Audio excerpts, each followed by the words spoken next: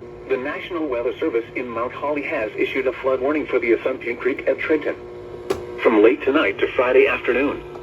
At 9:15 p.m. Wednesday, the stage was 8.0 feet. Flood stage is 8.5 feet. Moderate flooding is forecast.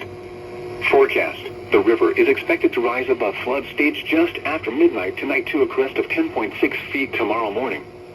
It will then fall below flood stage Friday morning. Impact at 6.5 feet, Assumption Park floods. George Page Park floods. Minor street flooding in Trenton. Impact at 9.0 feet, Mulberry Street begins to flood.